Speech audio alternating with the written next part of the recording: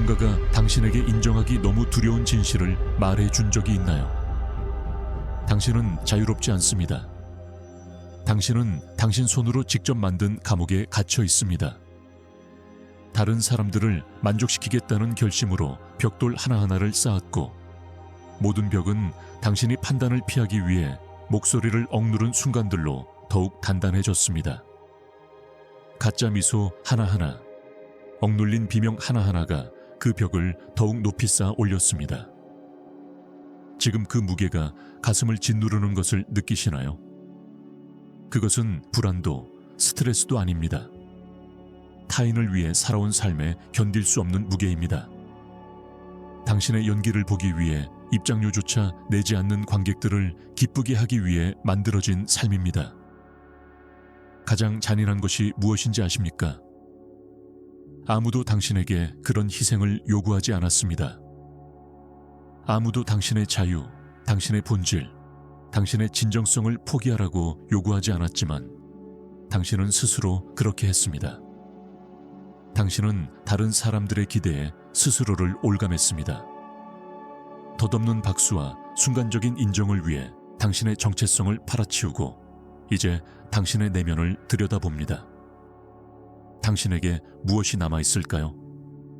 진정한 당신의 모습은 무엇이고 어떤 부분은 두려움에 의해 형성되었을까요? 불안감, 그리고 적응하려는 병든 욕망에 의해 그들은 당신에게 통제가 핵심이라고 믿게 만들었습니다. 그들은 삶의 모든 면을 관리하면 모든 것이 잘 될 것이라는 환상을 팔았습니다. 모든 것이 완벽할 것이라는 환상 말입니다. 아무도 감히 말해주지 않는 진실을 알고 싶으신가요? 절대적인 통제는 거짓입니다. 당신을 바쁘게 만들고 산만하게 만들고 진정으로 중요한 것에서 멀어지게 하려는 정신적 함정입니다. 통제력에 더욱 집착할수록 말입니다. 불안, 침묵의 절망, 그리고 결코 오지 않을 무언가를 준비하느라 항상 바쁘기 때문에 결코 끝나지 않을 삶으로 더 깊이 빠져들수록 말입니다. 모든 것을 다 가진 것처럼 보이는데도 왜 그 설명할 수 없는 공허함을 느끼는지 생각해 본 적이 있나요? 당신이 가진 것이 진정한 당신의 것이 아니기 때문입니다. 당신의 성공, 당신의 관계, 심지어 당신의 생각조차도 타인에게 어떻게 비춰질지에 대한 끊임없는 걱정으로 오염되어 있습니다. 외부의 인정을 더 많이 추구할수록 한때는 알아볼 수 있었지만 지금은 거의 기억나지 않는 진정한 본질에서 점점 멀어져 갑니다. 16세기 그의 조용한 탑에 있던 미셸 뒤몽은 오늘날 당신이 받아들이고 싶어 하지 않는 것을 분명히 보았습니다. 초연함이 무관심이 아니라 진정한 자유로 가는 유일한 길이라는 것을 말입니다. 그는 우리가 외부 환경이 아니라 통제할 수 없는 것을 통제하려는 우리의 병든 시도, 어떻게든 비판을 피하려고 남에게 맞추려는 집착에 갇혀 산다는 것을 이해했습니다. 하지만 당신이 그토록 두려워하는 초연함이 바로 당신의 자유로 가는 문을 여는 열쇠라고 말씀드리면 어떨까요? 잠시라도 그 밧줄을 놓아준다면 어떨까요? 당신은 그 밧줄을 꽉 잡고 있죠. 당신을 구해준다고 믿는 그 밧줄 말입니다. 하지만 현실은 그 밧줄이 당신을 서서히 숨 막히게 하고 있습니다. 바로 여기에 역설이 있습니다. 통제하려 할수록 실제로는 통제력이 약해지기 때문입니다. 더 기쁘게 하려는 욕구가 커질수록 당신은 덜 진실해지고 변화에 더 저항할수록 필연적으로 변화가 찾아왔을 때 그 충격은 더 커집니다. 세상은 당신의 통제하에 돌아가지 않으며 앞으로도 그럴 수 없습니다. 이를 받아들이는 것은 약함이 아니라 지혜입니다. 혼돈과 예측 불가능성 속의 삶은 아주 단순하지만 버려야 할 두려운 무언가를 요구합니다. 인정받고 싶은 욕구를 놓아주세요. 실패에 대한 두려움도 놓아주세요. 당신이 만들어낸 거짓된 정체성도 놓아주세요. 다른 사람들의 판단으로부터 자신을 보호하기 위해서요. 잠시 상상해 보세요. 그 끊임없는 두려움 없이 당신은 어떤 사람이 될까요? 아무도 당신을 판단하지 않을 거라는 걸 안다면 어떻게 하겠어요? 지금 당신의 마음속에 그려지는 당신, 정신적 족쇄 없이 살아가는 당신의 모습이 바로 진정한 당신입니다. 하지만 이 불편한 현실 뒤에는 더 어둡고 깊은 무언가가 있습니다. 바로 당신이 통제를 놓아주는 것을 두려워하는 것입니다.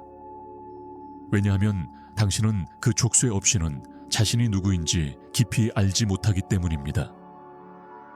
당신은 당신의 정체성이 너무 희석되고 외부적인 것들과 뒤섞여 모든 것을 내려놓으면 아무것도 남지 않을지도 모른다는 사실을 깨닫는 것을 두려워합니다. 하지만 몬테가 수세기 전 탑에서 속삭였던 해방적이면서도 잔혹한 진실이 있습니다. 당신이 아닌 것을 처음으로 내려놓음으로써 당신은 당신이 무엇인지 명확하게 볼 수 있습니다. 당신이 추구하는 자유는 지금 당신을 마비시키는 두려움의 바로 저편에 있습니다. 자기 개발서에도 동기부여 조언에도 어떤 신비로운 비밀에도 없는 바로 지금 당신이 삶에 맞서 더 이상 누구의 인정도 필요 없어 라고 말할 용기를 갖기를 기다리고 있습니다. 더 이상 예측할 수 없는 것을 통제할 필요가 없습니다. 더 이상 내가 아닌 척할 필요가 없습니다. 자, 말해보세요. 놓아줄 준비가 되셨나요? 아니면 지나가는 하루하루가 진정한 본질에서 더 멀어진다는 것을 알면서도 계속해서 통제에 매달릴 건가요? 이것은 당신이 원하지는 않지만 절실히 필요한 여정의 시작일 뿐입니다. 결정은 오직 당신의 손에 달려 있습니다. 스스로 만든 황금빛 우리에 갇혀 살겠습니까? 아니면 두려움을 안겨줄 수도 있지만 궁극적으로는 살아있음을 느끼게 하는 자유 속으로 뛰어드는 위험을 감수하겠습니까? 초연함의 철학이 오신 것을 환영합니다. 당신이 자신에 대해 안다고 생각했던 모든 것을 완전히 바꿔놓을 내면의 자유를 추구하는 여정입니다. 길은 불안하지만 그 자유를 향해 나아가는 것보다 더 두려운 것은 바로 지금 있는 곳에 머무르는 것이라고 장담합니다. 목표를 추구하는 것이 가장 중요하다고 확신해 왔지만 만약 그 목표들 대부분이 실제로는 당신의 것이 아니었다는 것을 깨닫게 된다면 어떻게 될까요? 평생 남들이 쌓아놓은 사다리를 오르려고 애썼지만 정작 그곳에 도달하고 싶은지조차 묻지 않았습니다. 이제 그 높은 곳에 다다른 당신은 무엇을 보고 있을까요? 꿈꿔왔던 파노라마일까요? 아니면 그저 다른 누군가가 바라던 모습의 왜곡된 모습일까요? 우리는 성공이라는 개념에 사로잡혀 특정 목표를 달성하면 마침내 평화를 찾을 수 있을 거라고 믿습니다. 하지만 성공이란 정확히 무엇일까요? 그리고 더 중요한 것은 누구의 성공일까요? 어쩌면 당신은 이미 올바른 것을 공부하며 행복을 찾게 해줄 것 같았던 목표들을 여러 개 달성했을지도 모릅니다. 자신에게 맞는 곳에서 일하고 좋은 사람들과 관계를 맺으면서도 무언가 부족하다고 느낍니다. 밤에 잠에서 깨게 하는 그 불편한 진실은 당신이 너무 오랫동안 무시해온 목소리입니다. 당신의 진정한 본질은 들려지기를 갈망합니다. 몬테나는 세상의 소음에서 벗어나 자발적으로 격리된 생활 속에서 무언가 드러나고 위험한 것을 발견했습니다.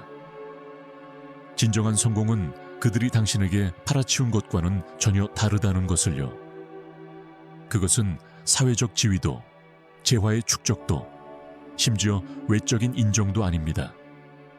진정한 성공, 소수만이 감히 추구하는 것은 자신의 본성에 온전히 부합하는 삶입니다.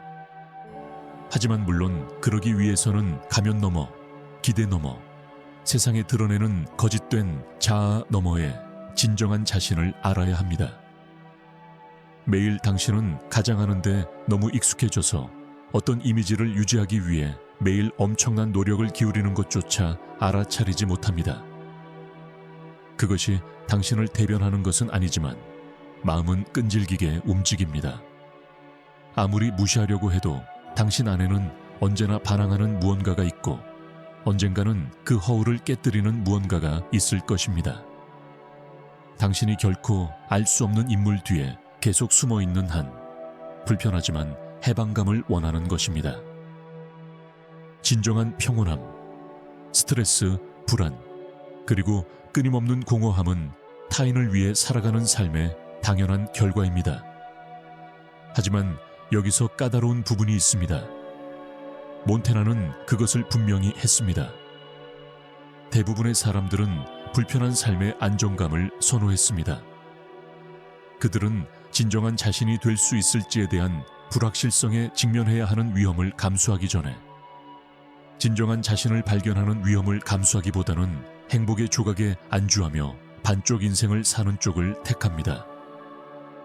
당신은 어떤 부류에 속하시나요? 자신을 찾는 위험을 감수하는 사람인가요? 아니면 일상에 안주하며 편안하게 무감각해지는 것을 선호하는 사람인가요? 네, 그렇습니다. 일상은 매우 효과적인 마취제입니다. 일상은 당신을 바쁘게 만들고 산만하게 만들고 반복되는 악순환에 갇혀 서서히 의지를 마비시킵니다. 하지만 당신은 이러한 겉보기의 안정감이 매우 큰 대가를 치른다는 것을 알지 못합니다. 바로 내면의 자유를 완전히 잃는 것입니다. 많은 사람들이 이를 언제든 하고 싶은 대로 하는 것으로 착각하지만 사실 그보다 훨씬 더 깊은 의미가 있습니다. 자유란 자신에게 진실할 용기를 갖는 것입니다. 설령 기대에 도전하고 틀을 깨고 때로는 가장 사랑하는 사람들을 실망시키는 것을 의미하더라도 말입니다. 아마도 이쯤에서 당신은 이렇게 생각할지도 모릅니다.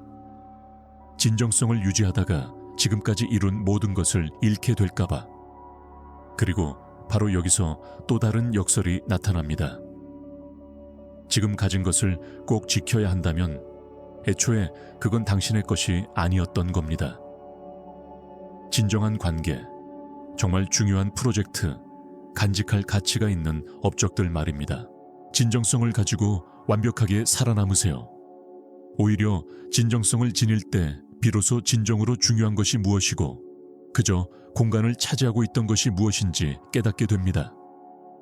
실제로는 생각보다 잃을 것이 훨씬 적고 믿는 것보다 얻을 것이 훨씬 많습니다.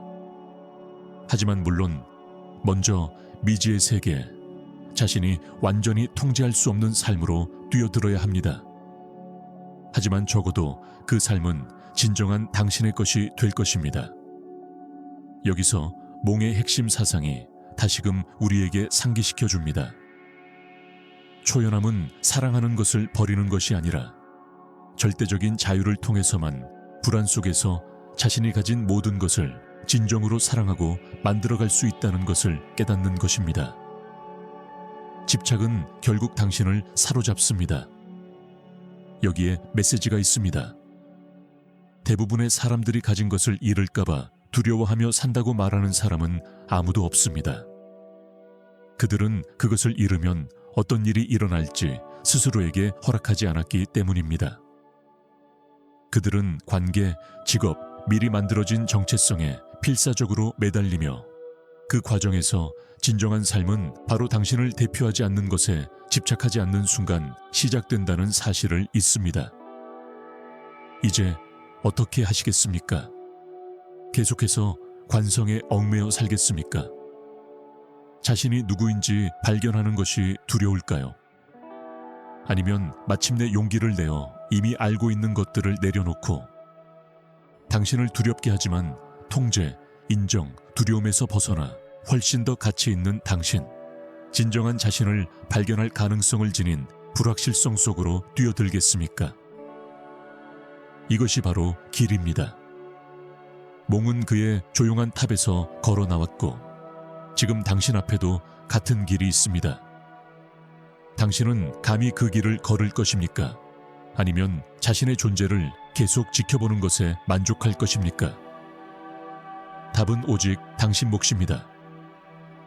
이 선을 따라가면 스토리텔링이라는 행위가 지식이나 감정을 전달하는 수단일 뿐만 아니라 정체성을 찾아가는 우리의 깊은 거울이기도 하다는 것을 알 수 있습니다. 의식적이든 무의식적이든 이야기를 할 때 우리는 우리 자신이 누구인지 혹은 우리가 무엇이 되고 싶어 하는지를 보여주는 거울 앞에 서게 됩니다. 그러면 이야기는 자기 탐구를 위한 강력한 도구가 되며 각 등장인물이나 상황은 우리의 가장 깊은 욕망이나 가장 감춰진 두려움을 투영합니다. 우리는 소설이 삶을 연습하는 방식, 즉 실제적인 위험을 감수하지 않고도 여러 운명을 경험할 수 있는 일종의 감정 시뮬레이터라는 사실을 종종 잊습니다. 따라서 우리가 살고 있는 지금과 같은 집단적 불확실성이나 위기의 시대의 이야기는 더욱 중요해집니다. 이야기는 피난처와 카타르시스를 동시에 제공하지만 단순히 위안을 넘어서는 경험을 선사합니다. 또한 우리가 일상생활에서 감히 보여주기 어려운 대담함을 선사하며 상상의 한계를 넘어 근본적으로 다른 관점을 탐구하도록 초대합니다. 여기서 흥미로운 지점이 드러납니다. 우리가 스스로에게 들려주는 이야기는 우리의 일상적인 결정에 얼마나 큰 영향을 미칠까요? 어쩌면 우리가 내면적으로 만들어가는 서사가 외부 현실을 어떻게 해석하는지를 결정하는지도 모릅니다. 우리의 경험을 여과하고 눈에 보이지 않게 하지만 끊임없이 우리 삶의 방향을 형성합니다. 따라서 스토리텔링의 힘은 사회적이거나 문화적인 차원을 넘어 우리가 스스로에게 말하는 언어를 통해 현재와 미래를 변화시킬 수 있는 내밀한 개인적 차원을 지닙니다. 이는 우리를 더욱 도발적인 질문으로 이끕니다. 내면의 깃든 이야기를 바꾸는 것이 우리의 운명을 다시 쓰는 방법이라면 어떨까요? 많은 사람들이 자신에게 완전히 속하지 않는 물려받은 이야기에 갇혀 산다는 것은 그리 억지스러운 일이 아닙니다. 실패, 역할에 대한 제약, 그리고 그것들을 바꿀 수 없는 진실로 받아들이는 이야기들 말입니다. 이런 의미에서 자신의 이야기를 되찾는 것은 매우 혁명적인 행위가 될 수 있습니다. 자신을 단순한 피해자가 아니라 과거를 구체화하고 다른 미래를 투영할 수 있는 주체성을 가진 주인공으로 다시 쓰는 것입니다. 게다가 흥미로운 현상도 있습니다. 우리가 하는 이야기는 우리의 행동 방식뿐만 아니라 타인이 우리를 어떻게 인식하는지에도 영향을 미칩니다. 우리가 자신이 누구라고 믿는지에 대한 잘 구성된 이야기는 일종의 자기 실현적 예언이 될 수 있으며 우리의 관계, 기회, 그리고 세상이 우리에게 반응하는 방식에 영향을 미칩니다. 마치 내면의 이야기가 우리 모두가 자신도 모르게 연기하는 무언의 대본인 것처럼 말입니다. 이렇게 의식적으로 자신의 이야기를 만들어가는 것은 단순한 자기 성찰의 문제가 아니라 삶의 전략이기도 합니다. 반면에 우리는 개인적 서사 속에서 모순의 역할을 고려해야 합니다. 우리는 선형적인 존재가 아니며 우리의 이야기 또한 그것을 포용해서는 안 됩니다. 풍부한 서사에는 어두운 영역과 변화가 포함됩니다. 물론 모순과 모호함은 인간을 온전히 포용하는 것입니다. 사실 최고의 이야기는 모든 것이 완벽하게 들어맞는 이야기가 아닙니다. 오히려 혼란 속에서 열린 질문과 불편함의 순간, 그리고 진실의 섬광을 남겨주는 이야기입니다. 바로 그러한 불완전함 속에 서사되는 것의 아름다움, 그리고 삶 그 자체의 아름다움이 있습니다. 그리고 아마도 가장 시적인 것은 우리가 끊임없이 스스로를 새롭게 써 내려간다는 것입니다. 모든 대화, 모든 만남, 모든 침묵은 서사에 한 줄기의 선을 더합니다. 우리는 미완성된 텍스트를 끊임없이 쓰는 작가입니다. 아무리 사소하더라도 모든 결정이 우리 이야기의 새로운 버전을 만들어내고 있다는 것을 때로는 의식하고 때로는 의식하지 못합니다. 여기까지 읽으셨다면 이미 강력한 무언가를 깨달았을지도 모릅니다. 우리는 다른 사람이 쓴 이야기 속에 부차적인 등장인물이 아닙니다. 우리는 창작 과정 한가운데 있는 작가들입니다. 흥미로운 점은 최종본이 없다는 것입니다. 매일이 새로운 페이지가 될 수 있지만 이전 페이지를 다시 쓰는 페이지가 될 수도 있습니다. 어제는 슬픈 장처럼 보였던 것이 오늘은 재탄생 전의 전환점으로 읽힐 수 있습니다. 이것이 바로 인간 서사의 위대한 연금술일지도 모릅니다. 상처를 상징으로, 실수를 줄거리로, 반전으로, 침묵을 서스펜스로 바꿔놓죠. 하지만 조심하세요. 마지막 반전이 기다리고 있으니까요. 진정한 삶의 기술은 우리가 어떤 이야기를 하고 있는지 정확히 알지 못하는 것이라면 어떨까요? 불확실성 속에서도 자신이 희극인지 비극인지 서사시인지 알 수 없는 아름다움이 있습니다. 거의 마법 같은 자유가 있는 것이죠. 때로는 가장 강력한 이야기는 큰 박수로 마무리되는 이야기가 아니라 아직 끝나지 않았기에 계속 쓰고 싶게 만드는 이야기입니다. 자, 오늘은 여기까지입니다. 이 영상은 여기까지입니다. 이 팁들이 여러분께 큰 도움이 되기를 진심으로 바랍니다. 이 채널의 중요한 일원이라는 사실을 잊지 마세요. 이 영상이 생각이나 배움에 도움이 되었다면 좋아요와 댓글을 남겨주세요. 더 많은 사람들이 지혜의 힘을 발견할 수 있도록요. 댓글을 어떻게 달아야 할지 모르겠다면 천을 입력하여 끝까지 시청했음을 알려주세요. 아직 구독하지 않으셨다면 구독해주세요. 개인적인 발전 여정에서 작은 발걸음 하나하나가 소중하다는 것을 기억하세요. 승리를 향해 계속 나아가세요. 관심 가져주셔서 감사합니다.